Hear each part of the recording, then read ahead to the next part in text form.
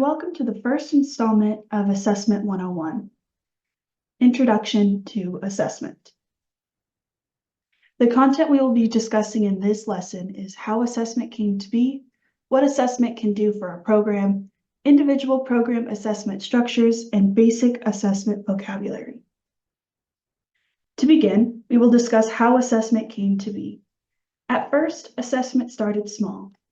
Advocation for a systematic approach to evaluating the success of educational programs were introduced by individuals to show how programs could evaluate its students' abilities and skills accurately and attainably. The American Association for Higher Education met in 1996 to write 9 principles of good practice for student learning assessment. 10 years later, the Spellings Commission said that assessment must be completed by the institutions or outside interests would do it for them. The commission was formed in 2005 to study the future of higher education, and its most notable recommendation was to increase accountability of higher education institutions through assessment of student learning outcomes, or SLOs. Thus, assessment evolved from being the small, individually advocated field that looked to improve education that students receive to a large focus in education across the U.S.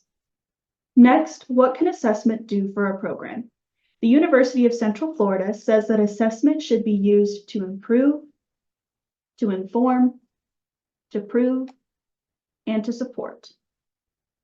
Program-level assessment is defined as the process of investigating the program's influence on student performances so that informed decisions can be made to foster improvement.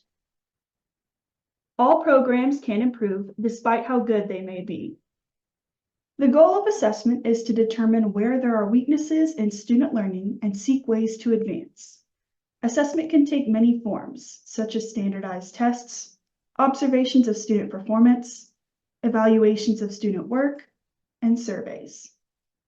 Assessment can be categorized as standardized or homegrown, which will ask students to demonstrate their knowledge and skills. Program assessment can be structured in different ways as well. Some programs may choose to have one person responsible for the collection and evaluation of evidence. However, a more inclusive approach is recommended. The Office of Assessment at the University of Kentucky recommends that program faculty, department chairs, and directors participate in the assessment process.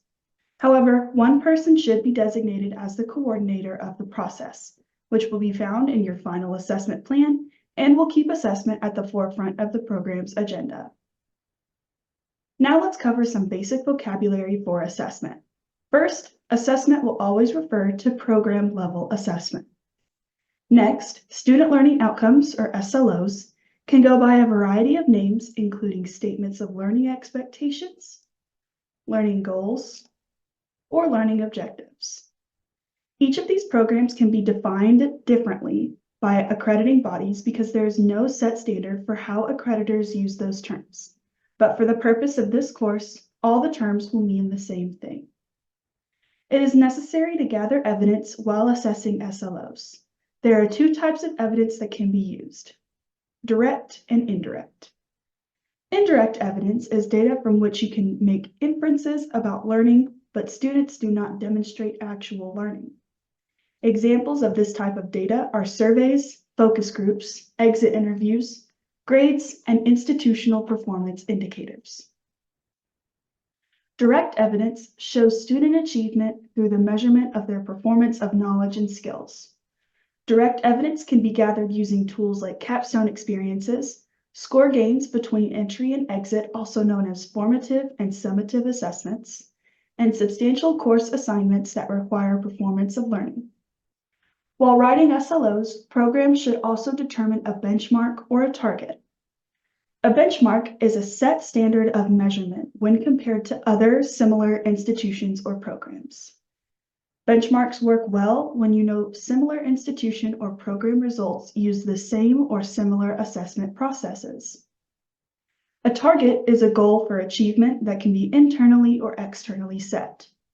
A target should be difficult to obtain but achievable. For example, A target of 100% is difficult to obtain, but is probably not achievable. However, a target of 70% is difficult to obtain and achievable. General education or core assessment expands efforts institution-wide, primarily looking at foundational instruction in areas such as critical thinking, communication, and quantitative skills. Student affairs assessment is an important branch of this institutional approach. During this video, we have covered background information regarding assessment and basic vocabulary that is necessary to know during the rest of this course and during your program assessment. If you still have questions or need further clarification, please use the contact information on your screen.